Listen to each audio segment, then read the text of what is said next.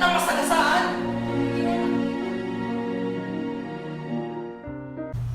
Ano nga ba ang batas na tinatawag na Anti-Violence Against Women and Their Children o VAUSI Law? Ang batas na Anti-Violence Against Women and Their Children Act of 2004 or Republic Act No. 9262 ay ang batas na nagpoprotekta at nagpaparusa laban sa pananakit sa kababaihan at sa kanilang mga anak na kanilang mga asawa, karelasyon o sa dating karelasyon. Ako po ay sinasakta ng aking boyfriend. Pwede po ba akong magsampa ng reklamo sa ilalim ng VAUSI Law? Maaari po ang manakit sa isang babae ng kanyang kasintahang lalaki, ex-boyfriend, dating asawa, at dating partner ay saklaw ng batas VAWC Law. Ako po ay isang miyembro ng LGBT community. Sinaktan po ako ng aking ex-girlfriend. Maaari po ba akong magsampa ng reklamo sa ilalim ng batas na ito? Pwede po ang batas na ito ay sumasaklaw sa mga pananakit sa kababaihan ng kanilang karelasyon, siya man ay babae o lalaki. Ang aking anak po ay sinaktan ng aking live-in partner.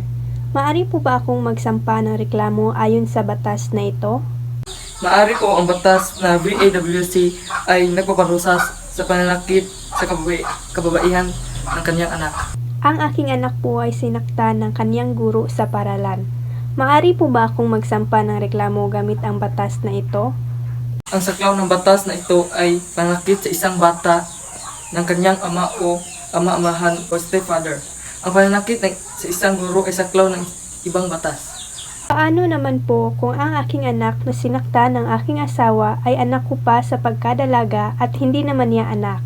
Sako pa rin po ba ang batas na ito ang reklamo ko? Sako pa rin ito sa batas na VAWC. Ang ating batas ay hindi naglilimita sa anak lamang ng magrelasyon. Kung hindi ang anak sa pagkatalaga ng isang ina ay kasama sa binibigyang proteksyon ng batas na ito. Paano naman po kung 18 years old na ang aking anak na sinaktan ng aking live-in partner? Pwede po bang magsampa ng reklamo gamit ang batas na ito? Dahil nasa wastong gulang na ang inyong anak, hindi na siya saklaw sa batas na VAWC. Ngunit maaari siyang magsampa ng kaso gamit ang ibang batas na naangkop sa pananakit na ginagawa sa kanya. Ano-ano nga bang klaseng pananakit ang saklaw ng batas na ito? Ang batas na ito ay pinoproteksyonan ang kababaihan laban sa pang-abuso kagaya ng physiological violence, emotional physiological violence, sexual at economic abuse. Ano ang pwede mong gawin bilang babae upang maiwasan ang mga nasabing karahasan? Una, maaari kang kumuha ng protection order mula sa inyong barangay o korte na nakasakop sa inyong lugar upang mapatigil ang patuloy na pananakit sa iyo ng iyong asawa o karelasyon. Ang protection order ay isang kautusan mula sa kinauukulan upang pigilan o ipatigil ang nangyaring karahasan laban sa iyo o sa iyong mga anak. Nakapaloob din dito ang mga alintuntunin na dapat sundin upang maprotektahan ang biktima laban sa taong gumagawa ng karahasan laban dito.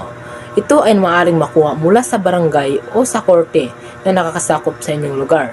Pangalawa, maaari kang magsampa ng kasong kriminal o sibil na may kasamang danyos laban sa iyong asawa o karelasyon sa korte na nakasakop sa inyong lugar. Makukulong po ba ang asawa ko kapag nakasuhan ito? Ang sino mang mapatunayang gumagawa ng karahasan labag sa probisyon ng batas na ito ay maaaring makulong mula sa 1 buwan o aresto mayor hanggang 22 taon o prisyon mayor at magbayad ng danyos mula sa 100,000 pesos at 300,000 pesos. May batas na pumoprotekta sa ating mga kababaihan. Alamin ang iyong mga karapatan, huwag maging biktima ng pang-aabuso, ang kaalaman mo ang magliligtas sa iyo. Ang mga kababaihan at mga anak tulad ng lahat ng tao ay may mga karapatang pantao na dapat nating igalang at protektahan. Ang pang-aabuso sa anumang anyo ay isang paglabag sa mga karapatang ito. Sa madaling sabi, ang pang-aabuso sa mga kababaihan at mga anak ay isang malubhang isyu na dapat tugunan ng lahat. Ang pag-aalang at proteksyon sa mga karapatan ng lahat, lalo na ang mga kababaihan at mga anak, ay isang mahalagang hakbang patungo sa isang mas makatarungan at mapayapang lipunan.